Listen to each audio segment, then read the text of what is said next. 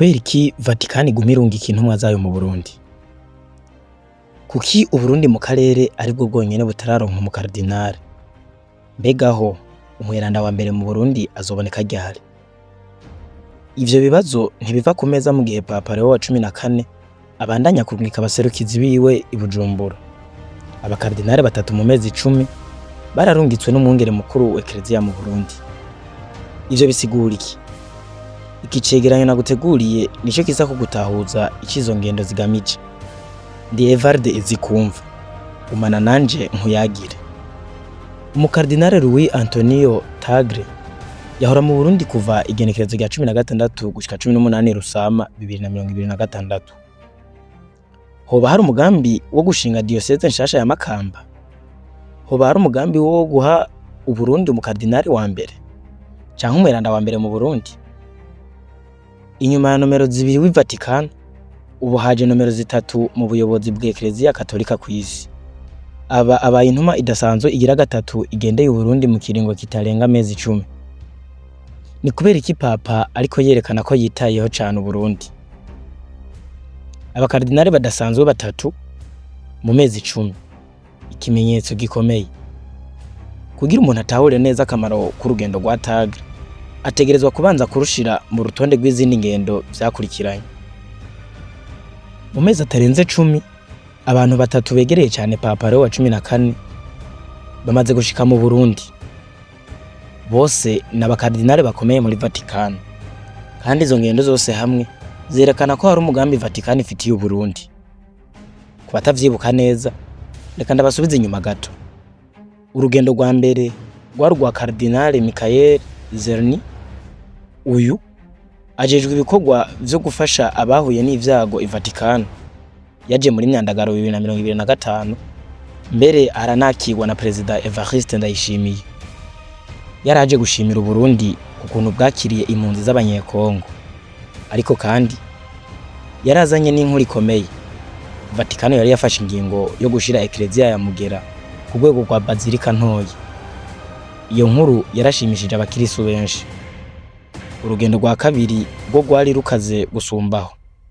Cardinal Pietro Parolin, umunyamabanga mukuru wa Vatican, ari nawe afatwa nk'umuntu agira kabiri muri Eklezia Katolika kw'isi yose, niwe yarungitswe mu Burundi. Uyu niwe yarongoye ibirori vyo guhezagira icese Bazilika ntoyi ya Mugera, gutyo ibaye Bazilika ya mbere mu Burundi. Iryo teka rifise isiguro ikomeye cyane muri Eklezia.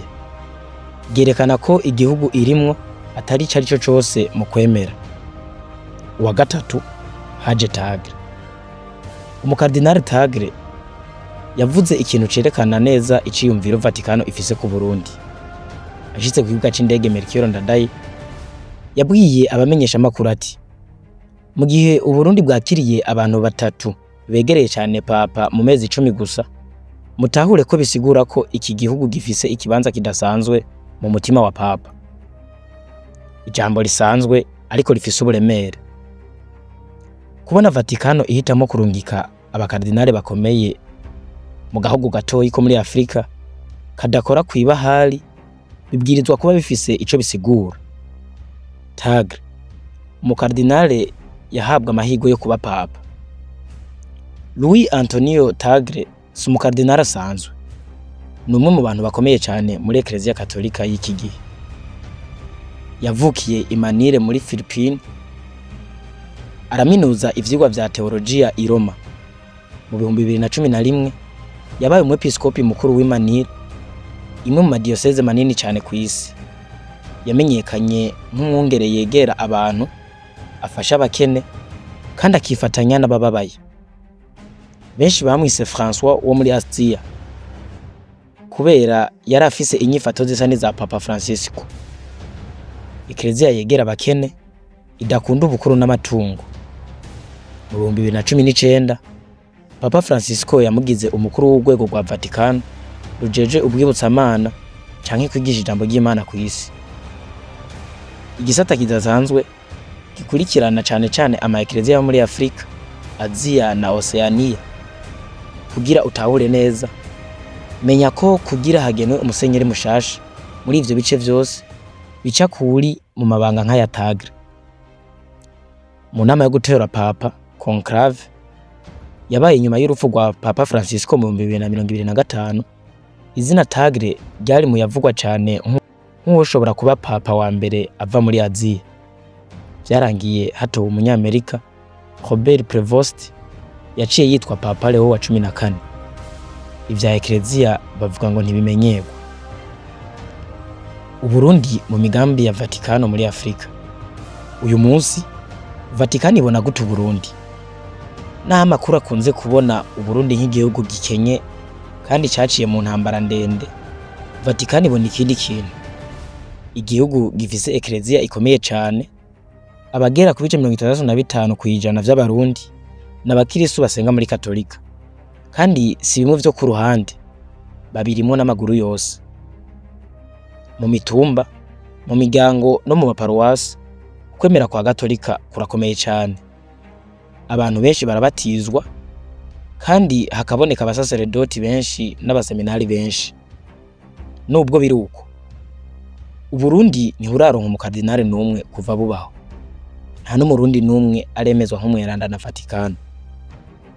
Ivyo bituma benshi bibaza nimba igihe cyo guhindura ivyo kitoba kigeze. Vatikano kandi iriko irakomeza imigendanire yayo n'ibihugu vyo mu karere k'ibiyaga binini, Uburundi, u Rwanda na Kongo. Ibi bihugu bifise Eklezia zikomeye ariko kandi zihiganwa n'amashengero ya Pantekoti ariko arakura cyane. Vatikano ivuga iki ku bamaze kwicirwa mu Burundi mu buryo bufitaniye isano no kwemera? Uyu n'undi muce udasanzwe w'ivyo turiko turarabira hamwe. Ikiganiro ciwe Cardinal Tagle yaravuze mu mazina abahisi bishwe banse guhemukira ukwemera. Aha yaravuze amazina ya Musenyeri Joachim Ruhuna, Musenyeri Michael Kurutine, abamisionari b'abasaveriano bo mu Kamenge n'Ibuyengero hamwe n'abaseminari bibuta. Musenyeri Yohakimu Ruhuna yishwe mu 1996 igihe yari karagerageza gukingira impunzi. Michael Kurutine yari intumwa ya Papa mu Burundi, yishwe mu 2003 igihe yari kafasha mu nzira y'amahoro.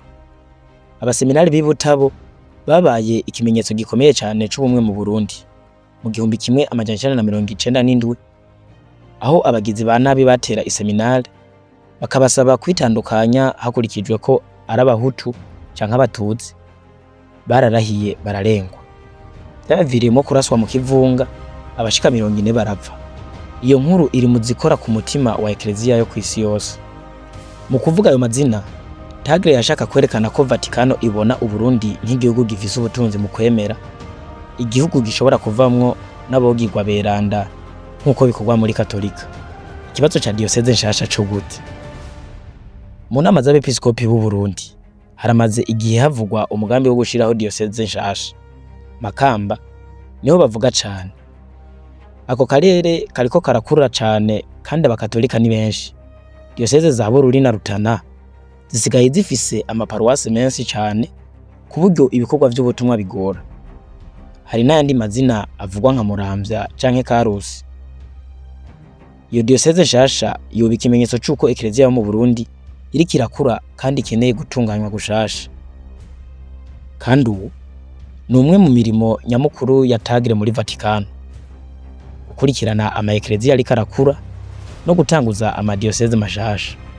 Tagle kandi yagiye mu seminari nkuru ya Burasira mu ntara ya Ngozi mu birori vyo guhimbaza imyaka 75 iheze iyo seminari itanguye. Iyo seminari ni imwe mu nkingi zikomeye zo kwigisha abapatiri mu Burundi. Mu myaka 75 yahaye igihugu abapatiri benshi bakorera mu maparuwasi yo mu Burundi no hanze yabwo. Kubera iyo mpamvu, kuba Vatikano yitayeho Burasira ni ikimenyetso c'uko ibona Eklezia y'u Burundi nk'iyifise kazoza keza kandi ishoboye kwiyubaka no kwitunganya. Nimbura umukirisu, ni igiki Eklezia y'u Burundi yoshira imbere mu vyo yosaba ngo itunganirizwe na Vatikano mu gihe imaze kwakira intumwa za Papa nk'izo zose?